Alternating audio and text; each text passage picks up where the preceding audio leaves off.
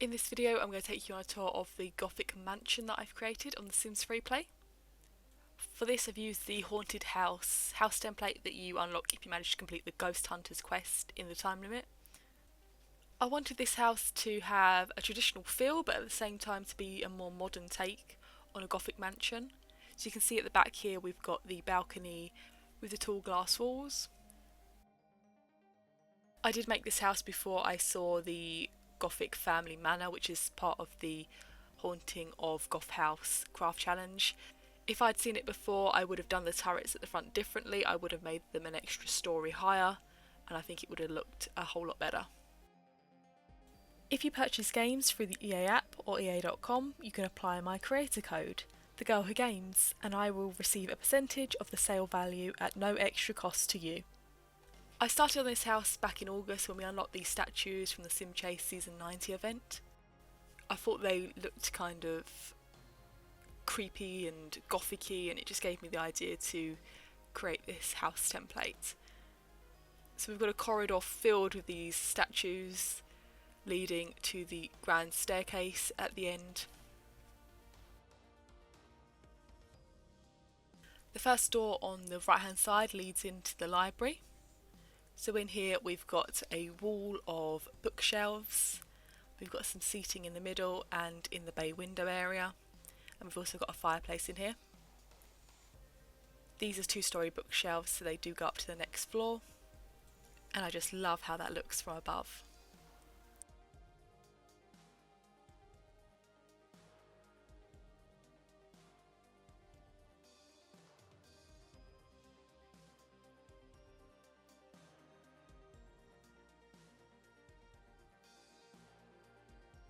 The room next door is a study. In here we've got a desk, a tortoise and a drinks cabinet. I wanted to mix the traditional and the modern, so we've got the traditional cabinet in the corner next to the dark wooden desk with the laptop on it. And next door to that we have the bathroom. So in here we've got a lot of the items from the 90 Sim Chase event because I just thought they looked fabulously gothic. So we've got the sink, toilet and a really cool bath from that event, and we also have the radiator in here as well. I think the tiles on the floor actually are from that event as well. Let's head back down the corridor to the other side. So here we have a large dining room. Big enough for 8 Sims. I believe this table and the chairs were from the Mysterious Masquerade Craft Challenge or live event. There's also a drinks bar. There is another door leading off the dining room, but we will look at that in a minute. We're going to head down the corridor to where the stairs is. So in here we've got the grand staircase, we've got skeletons holding light balls, which looks really cool, and we've got some cabinets and a grandfather's clock. There's also a door that leads out to the outside area. I didn't want this to look too nice, I wanted it to look a bit spiky, so I've got some exotic plants. The vegetable patch has the creepy scarecrow next to it and also some gravestones. We've got that bench that doesn't look very comfortable to sit on. And we've got the green swimming pool. It is meant to be green, I didn't just leave it for a long time. To me it just looks spookier because it's green. So on the other side of the staircase we have a door, and that leads out to a corridor. At one end of the corridor there is a double door that leads into the kitchen. So in here we've got a mix of the traditional and the modern. We've got the modern counters, but we've also got this really lovely stone arch above where the cooker is. So that looks like that's been there for decades, and the rest of the kitchen's been built around it. When I designed this house, I designed it for a very rich family who have staff, so the staff will be spending their time in the kitchen preparing the meals.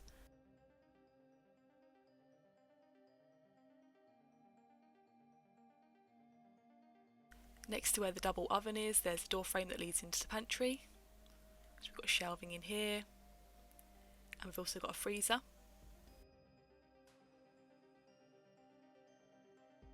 And over here is the dishwasher.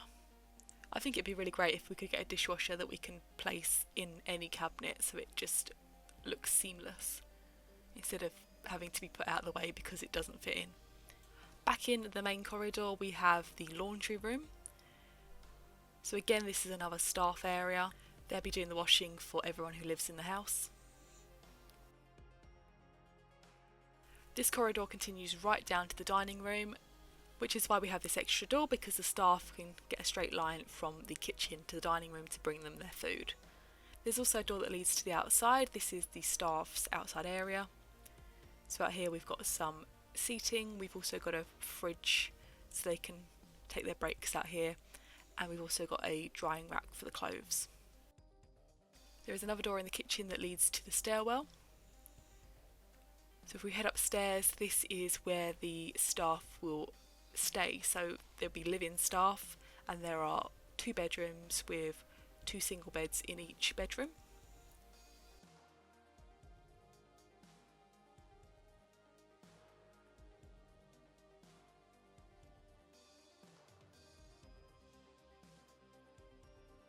They've also got their own living room, so this is where they can spend their breaks or their downtime.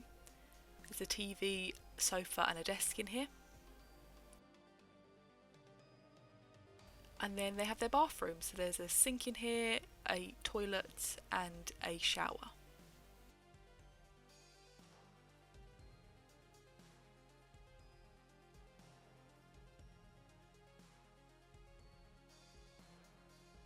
So that's the staff part of the house. We can then check out the rest of the house, which is for the family.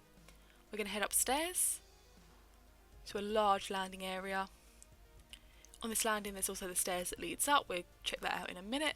There's also cabinets and that creepy painting where the eyes follow you around the room, and the fake zebra heads on the walls.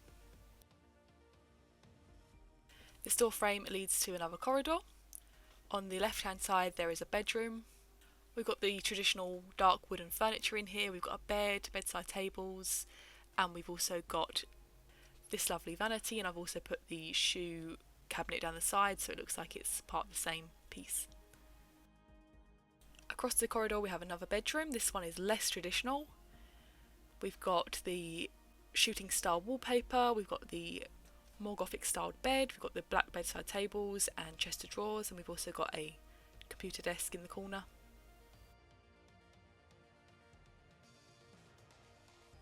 This room has a walk-in wardrobe, so we've got wardrobes on either side, and we've got the large Gothic style vanity at the end, which I really love. And it also has an ensuite, so in here there's the shower, the sink and the toilet.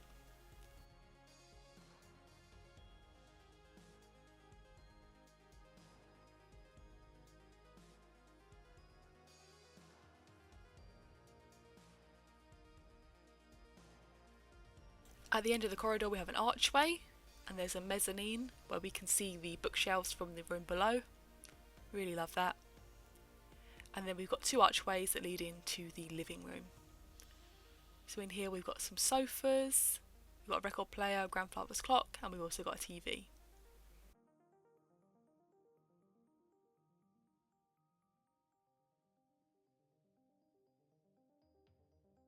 There is a door in the living room that leads out to the balcony area, and you can also reach the balcony from the mezzanine room.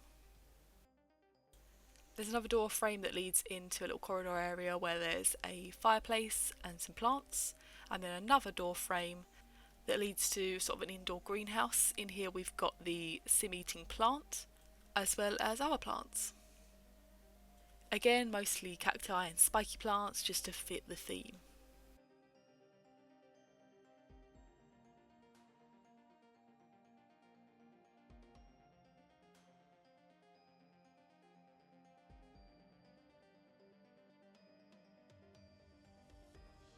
Let's head up the spiral staircase now to the final floor.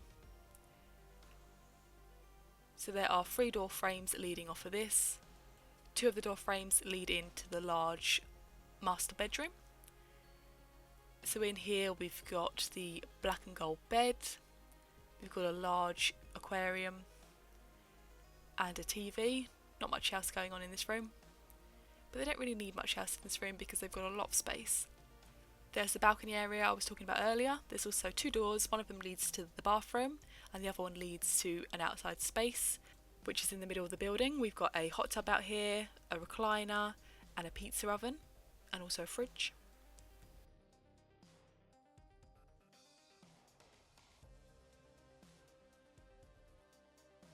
The other door frame from the stairs leads to the walk-in wardrobe. So there's wardrobes down one side, there's a vanity at the end, a folding mirror and a place to sit.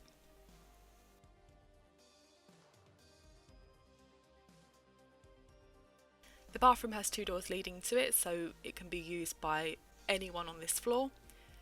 It contains that lovely bath again, a shower, a toilet and sink. The next part of this floor is really the entertainment area, so there's a few rooms for entertaining guests. The first one is this room with a pool table in it. There's also a bar in here and lots of seating. Balloons as well, so it could be used for birthday parties, etc.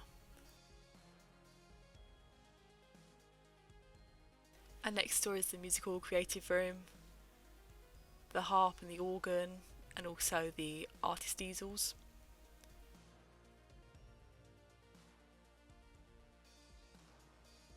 There's also a door that leads out to this balcony area, and you can access these 2 extra rooms up here. This one is a storage room.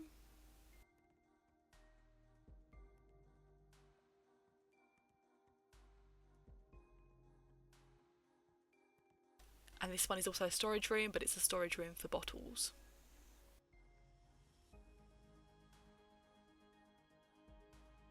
Let's take a look at this house from a distance now.